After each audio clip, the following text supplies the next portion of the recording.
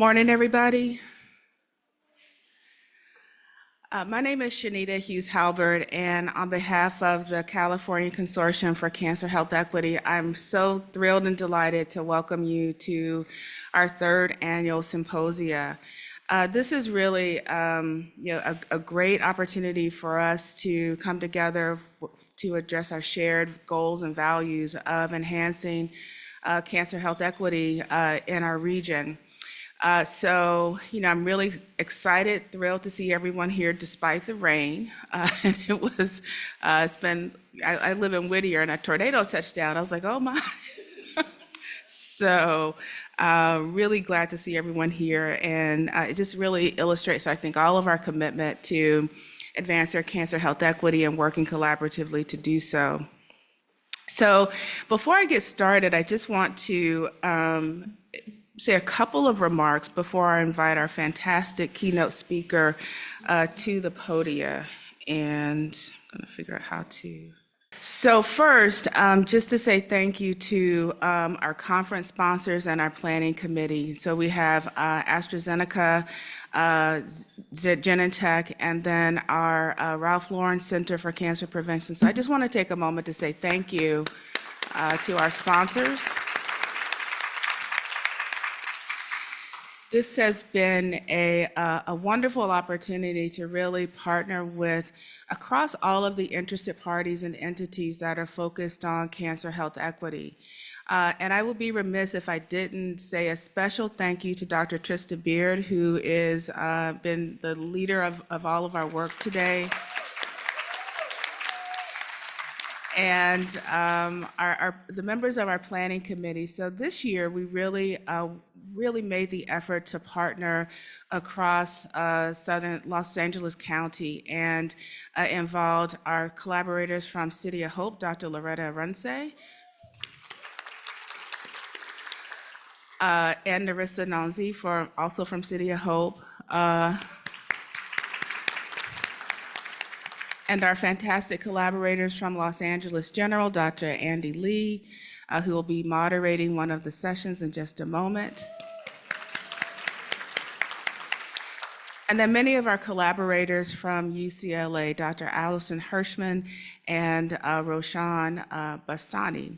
So, they're probably still on the way here. It's really been a wonderful opportunity just to learn about all the things that we're doing around cancer health equity, and are really excited to bring that into the conversation today. So we started this consortium about 3 years ago, and it was really, it was just when I was just getting here from my previous institution, and I met with two collaborators from City of Hope, John Carpton and Rick Kittles, and we said, we really ought to be doing things collaboratively. And so thus was born the California Consortium for Cancer Health Equity. And it's been a joy and a pleasure to work alongside of them and the leaderships at our respective institutions here at Norris, City of Hope, and now UCLA. And it really does focus on building collaborations across our cancer centers, our partnerships with community health centers and other academic medical centers. But what's been really meaningful, I think, is to involve and engage public health agencies and residents to work collaboratively to develop, implement, and evaluate evidence-based strategies for enhancing cancer health equity among diverse groups. This is really important, and the topic for our conversation today, patient navigation, is really important because we know that as cancer health equity interventions are moving upstream, it's really critical for us to begin thinking about how we integrate some of those upstream level variables into the process of patient care. So we all have heard about social determinants of health. I think this still is a priority and a focus for us. But we know that these non-medical factors are important to disease risk and outcomes and can influence the quality and impact of healthcare delivery.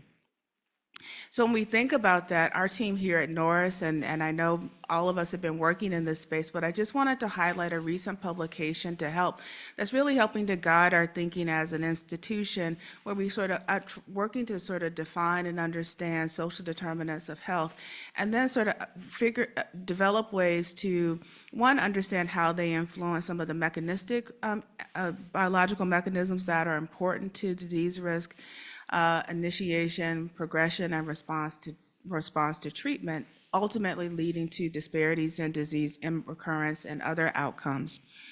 But we also, I think, just have such a tremendous opportunity and the need to understand how environmental exposures influence cancer risk, and how the psychosocial aspects are important, along with the impact of clinical care delivery. So we've structured our agenda really to address some of these mediators as part of our discussion today. And I think, just to sort of re-emphasize, we really do want to have engagement and conversations with our academic partners, our physicians, our healthcare providers, as well as industry leaders, because we know that there are many things we have to think about in terms of delivering high-quality cancer care. And I think the main thing we want to do is sort of ultimately develop and implement solutions that are sustainable and enhance quality and reduce disparities by enhancing equity. So why focus on navigation for our discussion today? So there's been a huge amount of work been done previously that currently is ongoing around patient navigation. We know that there's a considerable evidence base around how this impact and value in terms of addressing multi-level determinants of cancer health disparities. One of the things that I think has been really important for me as an investigator working in this space is that we've seen many different iterations of patient navigation and how it can influence individual level variables. We also know that patient navigators play an important role in cancer care delivery by working alongside physicians to really work in advance and address sort of the patient level needs, and particularly those that are non-medical. So one of the things that we've been focusing on, as for instance, as part of our Ralph Lauren Center, is how we can sort of implement and advance sort of the workforce development to really prioritize and focus on social determinants of health. So you see, we've launched our center. Our navigators are here front and center and are in the prime spotlight. But it's been a real pleasure because, and a little bit of a challenge, because we learn more about all of the different ways in which we can partner with our federally qualified health centers. I just saw our collaborators from Universal come in, so we're really glad to see you here today. But then work alongside with the academic medical centers and our industry partners to really advance and support cancer health equity. So I'm going to bring my comments to a close by just saying, we are really here today to sort of engage in conversation and dialogue about how we can understand existing practices for patient navigation across our NCI-designated cancer centers, as well as community-based organizations and our partners within the safety net healthcare system. We want to have conversations to disseminate information about these best practices. I think what's really important is that we have strong endorsement and engagement from our industry partners, because we want to hear from you about how we can be better partners and sort of advancing and generating the evidence that would move your objectives forward. So with that, I'm going to bring my comments to the close by introducing our keynote speaker, who is Dr. Monica Soni, who is the Chief Medical Officer and the Chief Deputy Executive Director at Covered California. And I just want to say a couple of other words while she makes her way to the podium, because she plays such a critical role at Covered California and is responsible for health equity, healthcare strategy, medical policy, and other clinical operations that are designed to continuously improve the health services that are provided through Covered California. And through their contracted health plans, but also through California's healthcare system. So we're thrilled and delighted that she's here, because we're really wanting to move beyond Southern California and work across the state. So thank you, Dr. Soni.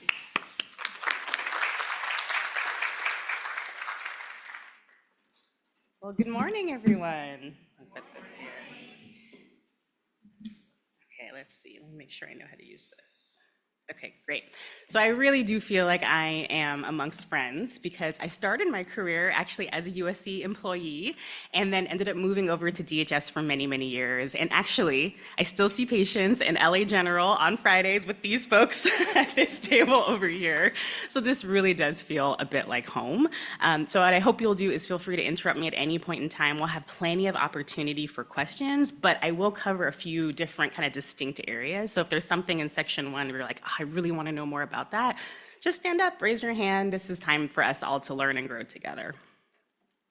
I thought I would start with this, both because we are all living this together, but with the federal administration change, there are a lot of pieces of what's on the screen right now that are being pulled back. But I do want to take a moment to celebrate what California has done and the commitment that it has really made to healthcare coverage. So way back, right, 1986, EMTALA, was passed. You all know about that and the requirement to make sure that folks coming into emergency services have their care needs met. That's across the nation. But you can really see that California has been leading in expanding coverage for many years, and both in the employer sponsored space, but also regardless of documentation status. So you can see that really happened in 2016 for kids and then continued to march forward by age cohort.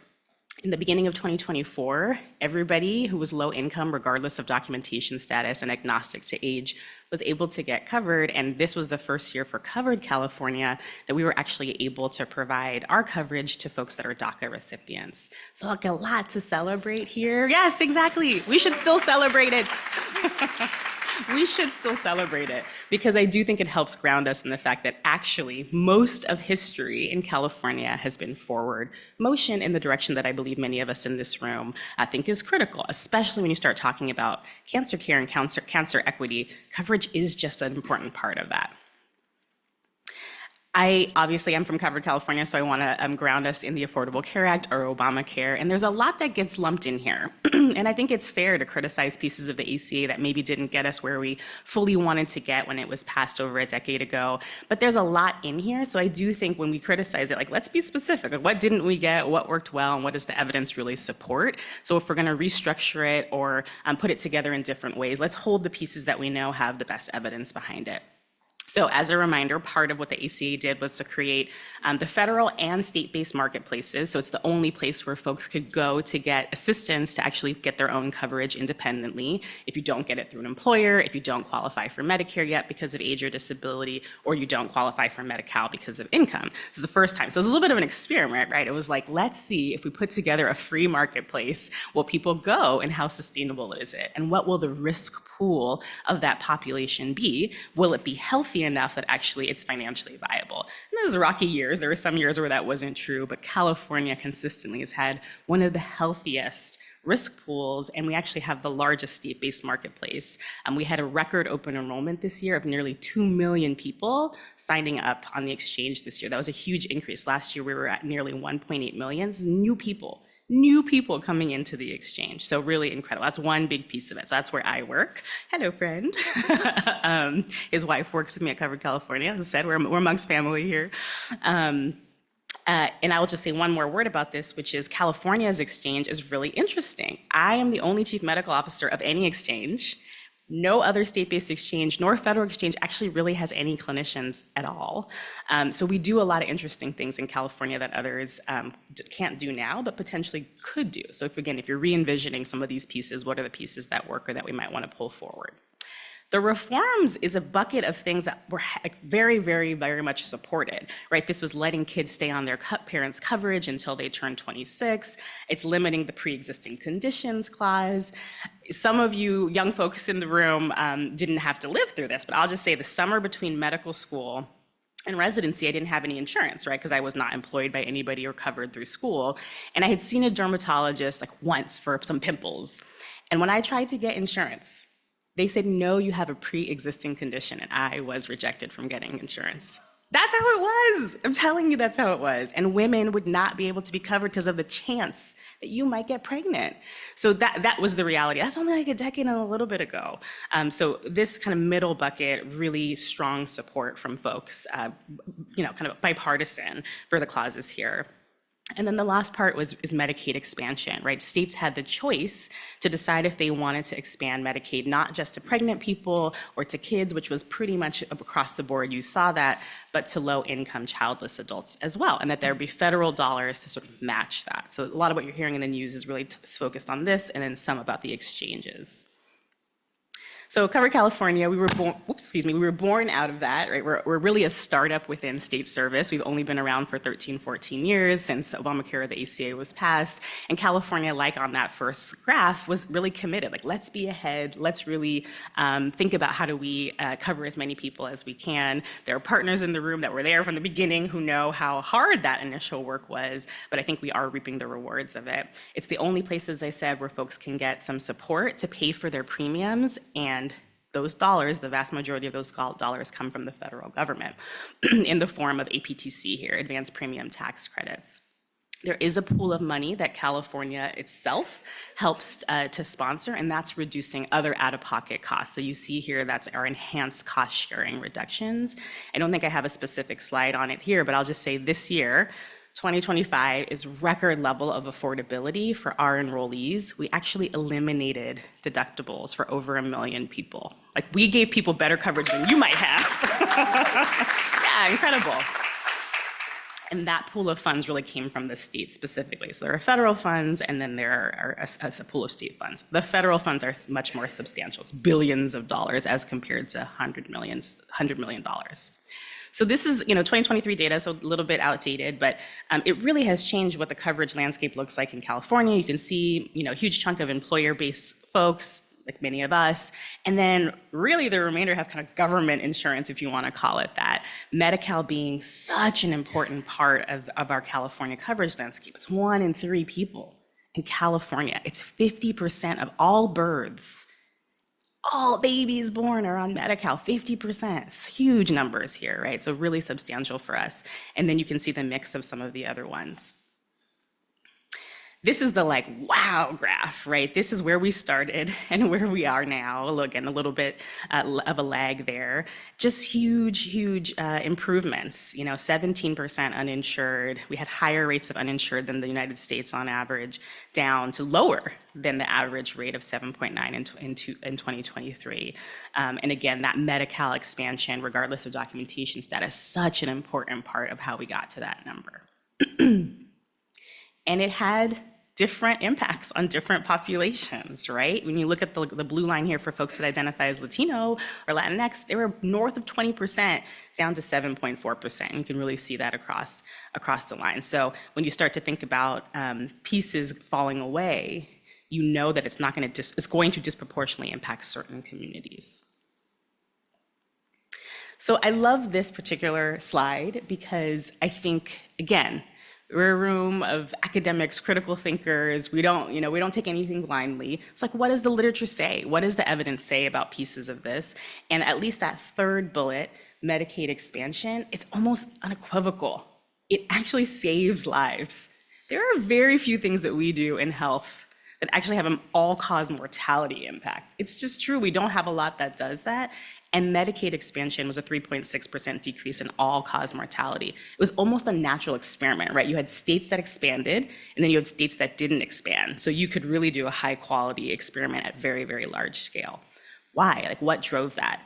Things like increase in early stage cancer diagnosis, right? You have coverage. Preventive care services are covered now through the ACA. It's a requirement. So you have to be able to get your breast cancer screening, colon cancer screening, et cetera, for free, no copay, nothing. So you saw an increase in early stage cancer diagnosis, an increase in screenings. You saw that there were disparities that started to narrow on racial and ethnic, but also just socioeconomic lines, increases in support for substance use disorder with more MAT, and then even here, maternal and infant mortality improvements. So across a broad range of health conditions and topics was there improvement. I wish I had the same data point for the exchanges, but we serve a different function, right? Our average tenure on Covered California is about 14 or 15 months. People are kind of between jobs, or they're transitioning off of one thing to another, or they qualify for Medi-Cal again. So we continue to look at health outcomes, which I will show you many today, but that mortality impact is one that we have been unable to assess yet. So here's a little bit more about our folks. I told you we actually hit nearly 2 million instead of that, than that 1.74 that you see here. We've got a number of health plans. It's integrated delivery systems, PPO, HMO. It's sort of equivalent to what you might find under employer-sponsored insurance. It's really like commercial insurance if you think about the exchanges. And I'll just draw your attention to that, these little blue boxes. 88% of our folks are subsidized, meaning they're getting some level of financial support to be on the exchange, and 4 out of 10 enrollees are less than 200% of the federal poverty limit. That state is, again, 1 year old, but for a family of 4 in California, that's $60,000 that they are living off of. Yeah. So we're really serving the working poor, mostly. That is who Covered California is serving. I like to draw our attention to our mission statement, which has remained the same since the organization was created. And it has always had, of course, improving the number of insured Californians, but improving quality, lowering costs, and reducing health disparities. That's part of actually our mission, and why I am employed by Covered California is a lot of my time is spent thinking about these highlighted areas. We have a strategic plan, the quality care pillar, and that is one of the ones that, again, I kind of live. That's what I spend my 40 hours a week mostly doing, is thinking about how do you not just have that insurance card, but that once you have that insurance card, you're getting accessible, high quality, equitable care. How do we prove that and ensure that every year? Because we're here talking about cancer equity, I will just say, like, this is very much in the DNA of Covered California, from how our marketing team functions to, we have a whole suite of assisters. About 50% of folks actually need some level of assistance in getting their coverage. And I don't think it's that it's so complicated. I mean, it is complicated, but I think it's that there are just other trusted folks, right, that they want to talk to about it, right? There are navigators that they want to talk to about it. There are agents that they want to talk to about it. What plan should I get this year? How do I get that doctor? I think I might want to get this surgery this year. What's the right plan for me? That requires conversation with someone who you connect with and trust. So I think that's why we have so much support for navigation. So we have a very diverse group of folks who always offer in-language support if needed. And then because we're a government agency, we do government-to-government consultation with our tribal partners. Again, that's like part of what was required and how we were created. I will say a word about patient-centered benefit design. California has this, a couple other states do, but many don't. And this is that as you're deciding to choose your plan, it's the same cost for primary care. It's the same copay. It's $5 or $10, whatever it is, depending on the metal tier you're on, and generic drugs, regardless of the health plan that you choose. In other states, sometimes when you go on to try to choose a plan, there's hundreds of them. Hundreds. It's impossible to navigate. And so I do think from the beginning, we really thought about, hey, like, let's control for a lot of this and create standardized benefit designs. And then, of course, we've got some higher deductible plans, but we really drive folks towards a plan that gives them robust coverage to access things like primary care and urgent care, so lower copays for the services that we think are important. And then we'll talk a bit more about our contract requirements for our plans, but the plans have to contract directly with us. That's the Kaisers and the Anthems of the world. To be on the exchange, they have to agree to our contract requirements, some of which is like, look, you have to collect race, ethnicity, language information. We're moving towards collecting sexual orientation and gender identity in the next contract cycle. And you got to hit a certain threshold of that and stratify your data to see what's showing up. And we actually publish all of that for all of you to see. And then we make them work on reducing disparities where they exist. So this is all, again, in the DNA about how we work. Okay. The other cool thing about Covered California is that we are what we call a true active purchaser. So we're not a health plan, right? We are a government agency, but we are an active purchaser. So we sit across the table every year from the health plan leadership, CEOs, CFOs, et cetera, and we debate, is that premium worth that amount of money? Is that actually how much it should increase this year? And we have our actuaries too, and we say, I don't think the medical trend is that. I don't think the pharmacy trend is that. I don't think your risk pool is really that. We need you to premium to come down a little bit. Or we might say, hey, you're undercutting yourself. That's gonna lead to instability in our market. We don't want you to be the lowest one and then take a bunch of people and then go bankrupt. Like, that doesn't lead to a stable market either. So we actually do that every single year with our health plan. So we have authority to do that from a legislative perspective. A lot of other exchanges don't have that. And then I talked about some of these other pieces. The cool part is the middle of the circle. DHCS, like I said, kind of the big dog, Medi-Cal, covers Medi-Cal, 1 in 3 Californians, 15 million folks at this moment. CalPERS, which is a public purchaser for folks that are employed at school levels and other state organizations, they cover about 1.2 million. And so we sort of lock arms and use our market power as public purchasers to try to shift what all of the health plans are doing, but frankly, ideally, have it also hit the delivery system too. So this is one of the areas I'd be curious your feedback on is, are we giving you enough of a signal about what is important to us all? Because we, the three of us, represent over 45% of all Californians. So like that is really using our market power in some critical ways. So there's my big number there, so 45% of all Californians. Before I move on, any questions just sort of about the backdrop, who we are, why we are as we are, what I do? Okay, well, let's keep going then. So I talked about those contract requirements, right? The plans to be on the exchange have to sign a contract every year, or it's like a 3-year cycle, but they have to continue to do that. And we have really pretty stringent requirements about quality. So we have what we call our floor. This is, colloquially, we call it 2522. If you are at the 25th percentile for 2 years, and then you cannot improve 2 years after that, we will kick you off the exchange. You should not be here. What kind of care are you delivering for our people if you're at the 25th percentile for a composite set of quality measures? It's pretty crummy. Are we getting our money's worth? Are our folks that we're covering getting their money's worth? So that is a very big stick that we have, and we have one plan that's kind of in the monitoring place right now, but no one has been kind of kicked out yet. But the contract refreshes, so we make the benchmark a little bit more modernized. So we will see actually what happens in 2026 when we reassess this. And then I'm going to spend some time talking about the Quality Transformation Initiative, which is, for me, a very thoughtful program that others could implement as well. Other purchasers, other states, could be a national model as well. And it's like, okay, we set the floor. How do we actually get you to not just be mediocre? How do you, start to approximate excellence for our entire population? So this program is the same thing. We did it in tandem with CalPERS and with DHCS, again, trying to use the heft of that market power. And we know that there is overload from quality measurement, right? Like, I know what it's like to sit there and do all the boxes to try to get through that. That's not the intent of the program. We just had 4 measures for covered California. Those 4 measures were nested in CalPERS measures of 6, nested in Medi-Cal's measures. We have some different regulatory requirements. So Medi-Cal has a few more than we do, but the intent was that, again, clear signal from the state. What do we want you to be focused on? It's a percent for us, it's a percent of premium at risk. So for our plans, this is their profit. So it started at 1%, essentially 1% for 2023, and it goes up by about 1% each year to 4% max. The average profit margin for all of the plans on the exchange is between 2 to 2.5%. This is their entire profit margin. So I can guarantee you we had the attention of their senior leadership. And I've never seen a CFO get more engaged in quality than I have after actually rolling out this program. Like I said, just a few measures and then the ability to stratify some of them as well to see, okay, what's the equity impact of this? So what are those 4 measures? Blood pressure control, diabetes control, colorectal cancer screening, and childhood immunization. That's it.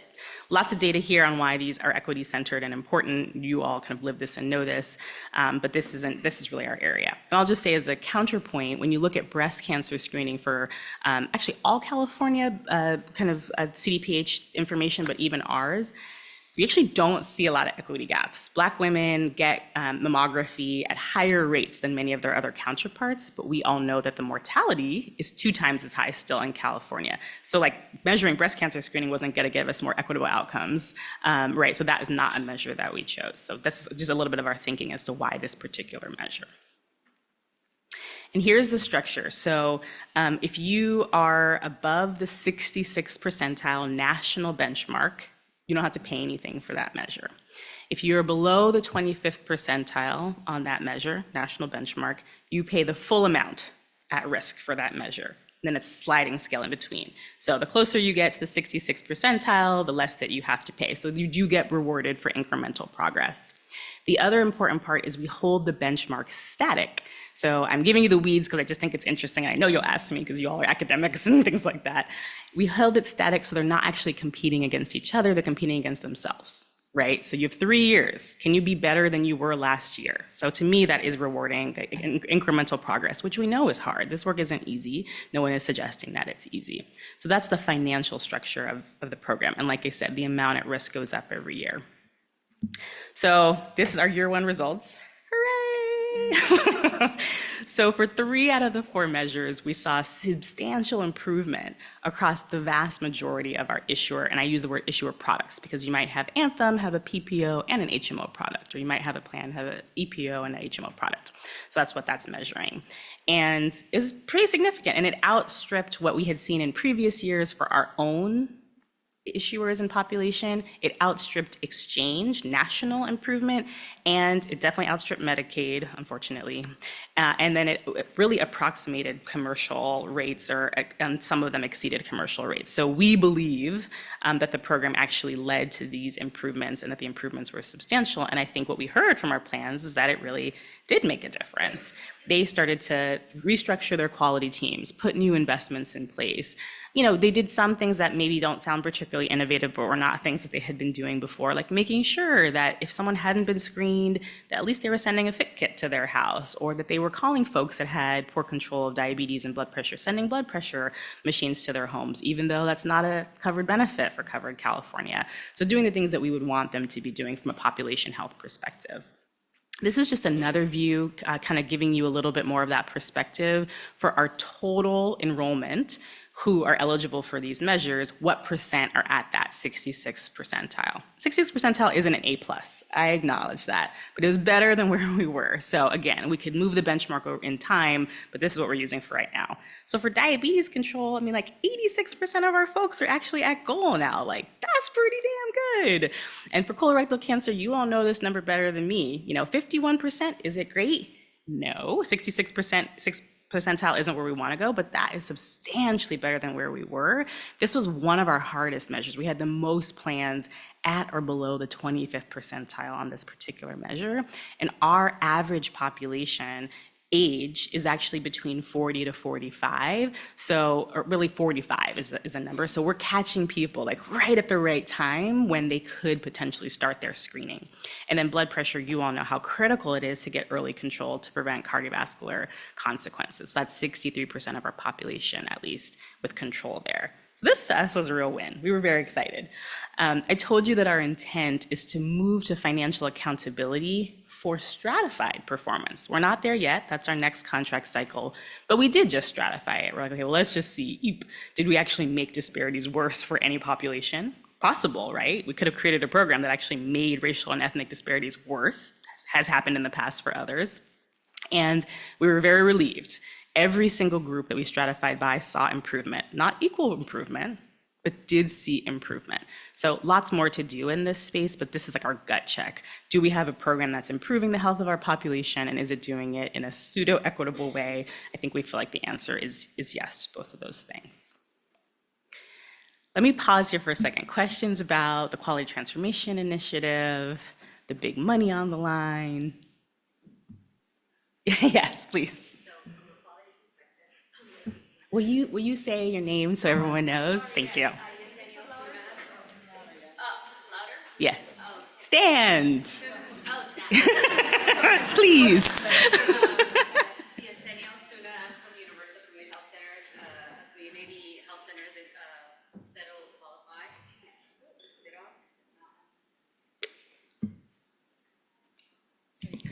Okay. All right. All right. It came. All right. Yeah. Okay. So from a quality perspective, I think you said, and please clarify me if I misheard you, that some of the things are not covered by, like a fit kit. And so have you considered bringing that to the table? Because we have a successful remote patient monitoring program where we have 700 plus patients on either CGM, RPM to help control, right, from the monitor of the home, and the providers could kind of monitor from home. So the data goes automatically, Bluetooth and so forth. And a lot of the funding is still coming out of us because we have to pay a service fee. But I think it has helped in an improvement, but I think is bringing this conversation back for negotiation, fit kits as well, and then Cologuard. So we launched Cologuard because it's a aspect. So is there a reason why it's not being covered yet? It's known to be something that a lot of our population is more at risk of, right? Especially hypertension and diabetes go hand in hand, and that is where we see a lot of our patients. So I have patients enroll in our DM program, which is remote monitoring as well, but also in BP. And so I think that for us, yes, we have given them an analog, but that requires a lot of manual, bring the patient back in accuracy versus these very robust, I would say, wireless devices that is transmitting data, and your providers could kind of trend and monitor and not wait until 3 months later that you've been uncontrolled, kind of nip it. So I think bringing this to the table is essential because I think it will overall just improve care and the quality of care. And I think it's, for me, it's hard to hear when health insurance don't want to cover something necessary. It's not like it's a need, not a want kind of deal. Yeah, and fantastic. And it's true, right? Like some of this is just evidence-based. The exchanges are a funny situation. It's not that they don't want to cover it. It is not a covered benefit, meaning it's not part of what's called our actuarial value. So first I'll clarify, FIT, Cologuard, that's all covered. CGM also covered because there's state law about that. It's the blood pressure cuffs. It's just the blood pressure cuffs, which I actually did try to advocate for, but we have to then open up the entire what's called essential health benefits. So the exchanges, the plans are only required to offer benefits that match this like benchmark plan. The benchmark plan was set 10 years ago. It was kind of based off of a Kaiser plan, which is a very rich plan. And then you set it by metal tier. So it's like, what is the cost sharing that has to be baked in? Is it 90% of the total cost, 80% of the total cost, et cetera? So that's how the metal tiers are set up. It's like a math exercise. So if you add something in, then people have to pay more to hit that same actuarial value. So then this is the tension, right? When things cost more, people go uninsured. This is really, I mean, it's like, it's really watching economics and like behavioral choices at play. So this was just opened up. DMHC, our regulator, Department of Managed Healthcare Services, Department of Managed Healthcare is the one who kind of dictates what that benchmark plan is. There was a whole set of stakeholder engagements. A number of things were advocated for, such as IVF. Certain parts of durable medical equipment weren't covered, like hospital beds. And there's a couple other hearing aids were discussed. So this is what we were talking about. And then I was like, and blood pressure cuffs, you know, I mean, but so then it's like things cost more money than other things. What wins? So that's the background of it.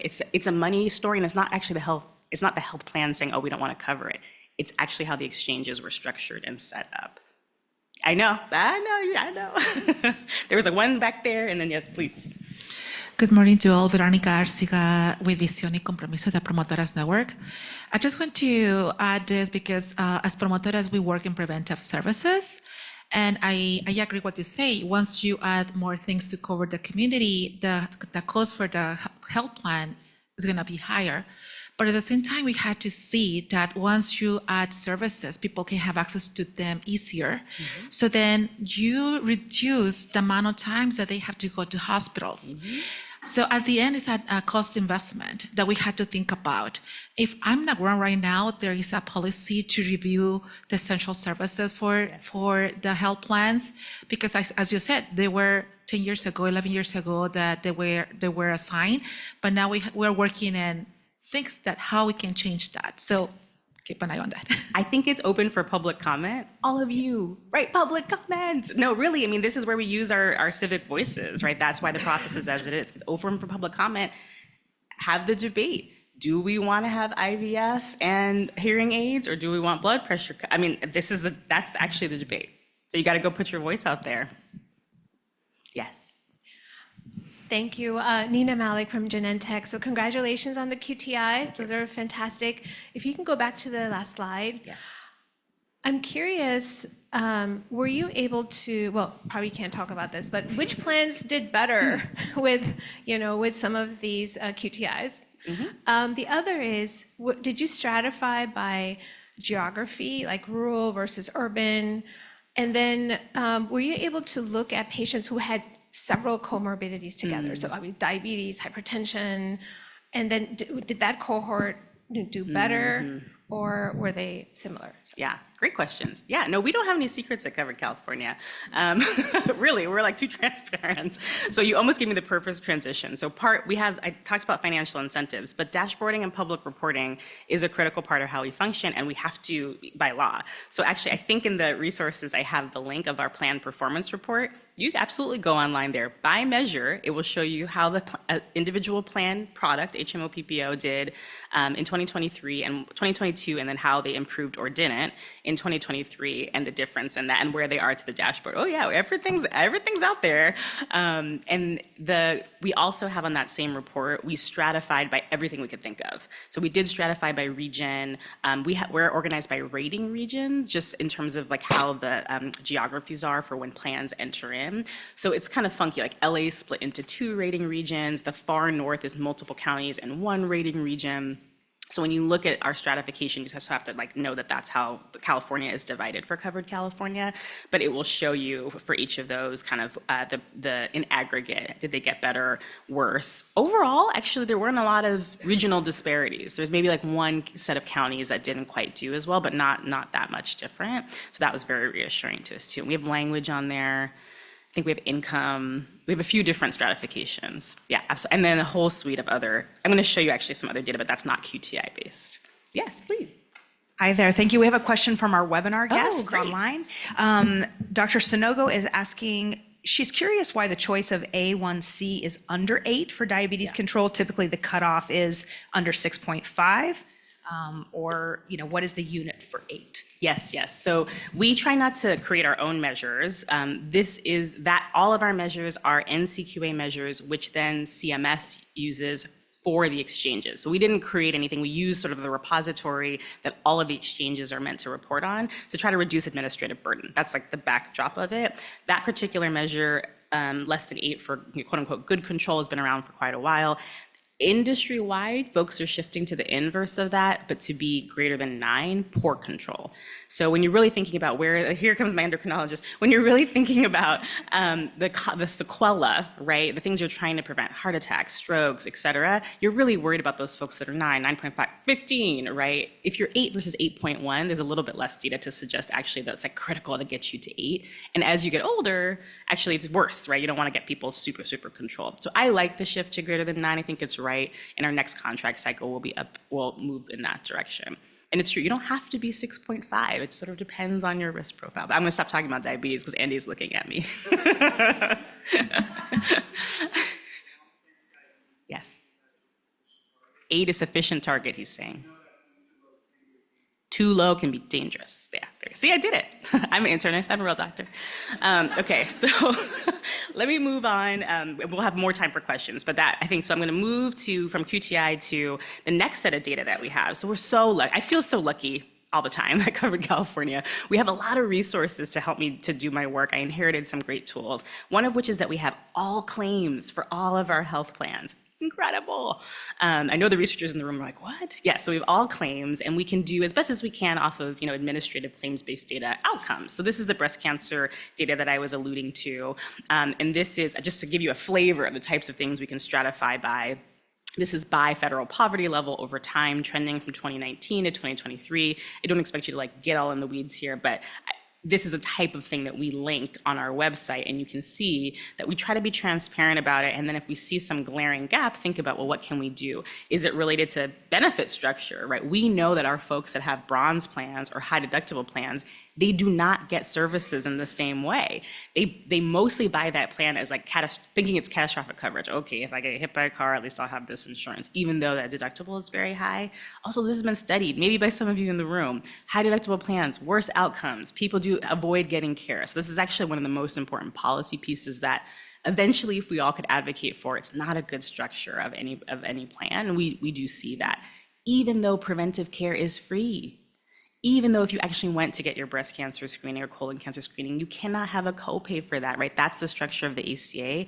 But I'm just gonna tell you what happens on the ground, clinicians, is if I go to see you and I want my screening, but you also talk to me about my skin rash, and you put it on the same claim, that's no longer a preventive care visit.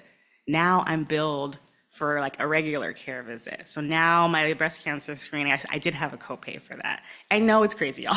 I'm just telling you what it is on the ground. So actually in that circumstance, it does make more sense to split those visits so that they don't get billed, or you think creatively about how to address the other needs, or think creatively about how you document some of your stuff. I'm not telling anybody to do fraud. I'm just telling you the reality on the ground. Okay, so like the policy made it made sense. How does it play out on the ground? You all are the enablers of policy showing up in the right ways. So this is for FPL. We have it by race, ethnicity. We show if it's statistically significant in either direction. I'm just orienting you to the graphics so you can sort of see, you know, for us, we're using red and then as kind of lower performance, kind of in the wrong direction. And then we do blue if you're a high outlier in the other direction. So we try to be rigorous. We don't just say like, well, there's a little bit of a difference. Maybe it's a disparity. Like we actually try to test over time. Here's like the other crown jewel of Covered California. Our race ethnicity information is 80% complete by self-report, which is amazing. And we collect it at a more granular level. So it's not just Asian or Hispanic Latino. It is, you get to choose from this, or, you know, you can say other. And so now we can stratify by the specific one. So this is a particularly fascinating view, right? You can see that let's just start with folks that identify as Asian or Asian American. All populations, that top line, anywhere between 59 to 63%. But as you disaggregate further, there's a lot of variability. I know that you all know this, but not a lot of people have published that, right? You can see maybe, let me just use an example, mixed race or Vietnamese, that's 71%, right? Laotian, 71%. Versus, you know, you got other folks that are much closer to that 59%, so significant range. And then same thing when you look at folks that identify as Hispanic or Hispanic Latino, same thing, you see sort of like there's a real spread in terms of performance. Why do we do that? We do that so that we can be more targeted when we actually start to think about how do you actually, you know, close gaps. Can't just use one brush for everyone. Same thing by language, you can see here. And then so here's the interesting one, right? Higher income folks that are getting breast cancer screening get their rates, you know, their mammographies at higher rates as compared to lower income folks. And then there's rural urban. I forgot that I had it on here. Not so different. It's pretty close in terms of the difference in terms of at least breast cancer screening. So this is kind of like our standard set of information we look at and stratify by and then publish. I think I'll just say a word about improvement plans, this is really health plan facing. So this is asking our plans, show us, you know, we see that you have a disparity. What are you going to do year over year? One example that we found, I don't think I have in the deck, is for behavioral health utilization. We just happen to see that when you stratified by race ethnicity, folks that identify as Asian or Asian American, the rates of behavioral health utilization were substantially lower, like just dramatically lower across all plans, including plans whose primary population are folks that identify as Asian, particularly one that has enriched in Chinese folks, Chinese American folks. So even there, it wasn't like they were doing better than everybody else in behavioral health utilization. So we were like, we can't discontinue now that we know this. And so now everybody is gonna have to work on, what do we do? How do we listen to community? How do we bring that challenge back to folks and ask them to help us solve for that? And we're gonna trend it over time. So that's the way we try to use the data, to not just have it be posted and sitting there. And then maybe this is towards, let me see, oh yeah, good. So, and then the last thing I just said is that same quality transformation initiative structure, the next contract cycle for 2 of the measures, we will be stratifying by race ethnicity and putting money to it. So if you have a group, a subpopulation that is really far from that 66th percentile, you will pay more. If you have a group that is above that 66th percentile, great. We think there's always more work to do, but there isn't financial accountability for it. So as far as we know, we're the first in the nation to have a program like that. It's a very extensive process of really like rigorous mathematical testing around reliability, what's the population size, and a lot of stakeholder engagement to get to a point where we felt comfortable putting dollars on the line for equity. Okay, let's move into navigation, then we can go to more questions. So I've told you a little bit about, actually, can we do a quick stretch break? Everyone stand just for a second, because I want your brains to be clear. I want you to listen to me. Good, okay, shake it out a little bit. Okay, good. Okay, fantastic. Okay, good, all right. Mind-body connection. This is important. I know you all know this. Okay, good. All right. When you're feeling it, you can sit down and relax. All right, so let me tell you more about our people and how we are thinking about maybe navigation once you have coverage. Like I said, we have a very robust set of upfront navigation to get you covered. But once you have coverage, like what are you telling us is hard for you, and how do we help meet those needs, especially in a context that's very strict from a regulatory perspective. I can't just magically make a bunch of things come for our folks without there being financial consequences to them. So there's tension in this. You have to be a little bit creative in how you meet needs. So let me tell you a little bit about our folks. Like I said, grew up in DHS, so I really had only worked in the Medi-Cal space or served folks that didn't have any coverage at all. And so it was very interesting for me to move into the commercial space or in the exchange. I really didn't know who our people were, and I didn't really understand, were they working poor, or were they kind of like young invincibles is kind of like what people would say about folks on the exchange, like healthy young invincibles. That's not what I have found, or we have found collectively at Covered California. This is from our claims database, although it really mirrors when we survey our enrollees. They tell us the same things about themselves, which PS, just listen to people, they tell you the truth. But 38% say that they have a chronic health condition. We don't specify physical, actually, no, this is physical health condition here. That's a lot, right? I told you that they're only on the exchange for maybe 15 months on average. Of course, we have some that are on for longer, but it's a lot of people that have a chronic health condition, meaning they've utilized care for that. They've used their insurance for that. About 12% have used their coverage for mental health diagnosis, and then Healthy Places Index, about 18% of our folks live in the least healthy neighborhoods or environments. When you look at the Medi-Cal number for Healthy Places Index 1, it's much more substantial, but still, that's not insignificant for folks on the exchange. I told you this number a little bit earlier, but I'll say it again. 60% of our folks are at an FPL of 250 or less. And then this is from our member survey. This is like a statistic. 47% say they feel like they do not have enough money to make ends meet in the last 12 months.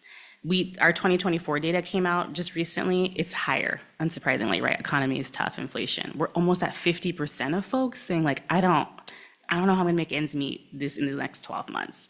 And then when you look at our lowest income folks, 58% of folks were saying that they have food insecurity, housing insecurity, and even folks that have experienced homelessness. So this really, and the food insecurity number also went up this year. This really changed my perspective on who we're serving and like, how do I meet needs that aren't just medical or mental health needs? The QTI piece was like I said, I inherited amazing tools, and some of it was like money. So, what that translated into for QTI were health plan payments for underperforming plans, and it wasn't clearly articulated what we might do with those funds. So we decided to just listen to people first. We're like, well, let's see what folks need who are in the denominator for all these measures. So we cold called a bunch of people, and then we also did surveys for folks. We didn't have any money for it. I made interns do it. I called people. We just did it. We did it because we wanted to know. And people picked up the phone and they talked to us and they did the surveys and they listened to us. And the rates of food insecurity were mind-boggling. So these are folks that have chronic conditions. 38% of folks that responded to our survey said folks who were English language dominant said that they were food insecure, and over 60% for those that were Spanish language dominant. I was like, what? That's higher than I've ever seen in any Medicaid data. Transportation insecurity, super prevalent. And then we just started to ask other questions, like to see if they could help us co-create a program. We're like, okay, well, what would be helpful to you? People were like, any amount of money would be helpful. Everything's so expensive. I live in a rural area. If I decide to go to a major grocery store, that's an hour away. So I'm gonna go to the one that's over here that's not as, not as healthy. It costs more to eat healthy, Could you give me money or support, taxi voucher, Uber or something? So this is what we were hearing over and over. And we asked, well, how much money would make a difference? Like, I don't know. They're like, well, okay, yeah, at least $80 a month. Like, that's not that much, would make a real difference. And every month would be more helpful than a larger disbursement because people are really rationing their funds, right? This month, what do I have to pay for it? This week, what's going on? So this is what we learned from our folks. You all know this in the cancer space, but I just pulled a couple of these because I think it's so important not just think about, do we now know the prevalence of it? Are we not just asking about it? How are we solving for it for them? when you know that it makes a difference in terms of outcomes, when you know that actually treatment completion rates change if folks actually have food access, almost by any path, give food pantry even, right? Like that makes a difference in completion. That mortality is better, right? If folks' financial hardships are addressed. It just, to me, I think you know enough already. I don't think this needs to be studied more. The question is, what do you do about it? And how do you get creative about financial resources? How do you actually have coalitions like this? Think about, well, we have this has been super effective, and then be more vocal about this, right? There's a lot of empathy. I'm just gonna give you like a lot of empathy towards folks that are undergoing cancer care. Everybody knows somebody, it could be them, right? How do we use our voices in louder ways to talk about this and to talk about these equitable outcomes? Other things are lightning rod issues. Not everybody feels empathy for some populations. It's just the reality. But this is one where I think we have an important voice. Okay, so what do we do with the money? Woo. So 2025, this is our list of things that we have funded. Things are in progress right now, which is crazy to be able to say to you all. The first one is, I didn't give you some of the backdrop, but the health of kids in California is atrocious. We're 49 out of 50 on a number of measures, well-child visits. Our vaccination rates continue to go down. Yes, it does nationally. California is actually like worse even than the national trend. And that has been true for a couple years. So we've been thinking a lot about the health of kids in California. That is our future. We need them. And so we actually piggybacked on a program that the state had already started called Cal Kids. If you don't know about it, please go look it up. Every kid, regardless of income in the state of California, born after 2021, gets a child savings account. And the state puts a little bit of money in it. And all you have to do is just claim it. You don't have to do anything else. And we learned, as we learned about that program, that once you get to $800, actually the likelihood of going to a 2 or a 4-year college is substantially higher. You just have to have a little bit of money in the account, and then you have hope. Isn't that just like, it always makes me tear up every time I think about it. Just hope that you could change your life trajectory. And so we were like, we could do that. We could find a way to do that. So for all of our kids who are 2 years and younger, we're putting $1,000 into their accounts. And we have to reach them. We have to say yes, which is what we're doing right now. But then they have the funds there and they have the hope. And we think that that will lead to more of a chance of upward mobility, which we know leads to increased health outcomes. So this is like pretty far upstream, right? I mean, we talked about building parks. So like we're as far upstream as we could kind of reasonably go thinking about our kids in the future. The next one was that stat that I just shared you. Like once we heard about the food insecurity, we're like, what can we do? Especially appreciating that our folks are a little bit on a benefits cliff. They may not all qualify for CalFresh and EBT because they are making money, right? They're often working, and they're struggling every month. And so for our folks with a chronic condition who are at 250% of FPL or less, and then who screened in for being food insecure, we're actually just giving them cash for food. So they have a reloadable debit card that can be used at any grocery store, including stores that sell food products, but maybe are not traditional grocery stores, the Walmarts and the Targets of the world, et cetera, or the bodega or the gas station that sells food. So that one launched. And then the last one is our Medi-Cal partner really appreciates the importance of primary care, right? We really need to invest in primary care. They had 200 small independent primary care practices that were like, look, we're trying to keep up. We're trying to stay solvent. We can't do population health. We can't do all these measures you're asking us to do. We don't have the infrastructure. So that our partner put money into 200 practices as well as funds for technical assistance and support, and we put some extra money on top of that because we found that a huge portion of folks that were serving Medi-Cal enrollees were also serving covered California. Like, surprise, surprise, primary care is really serving us all.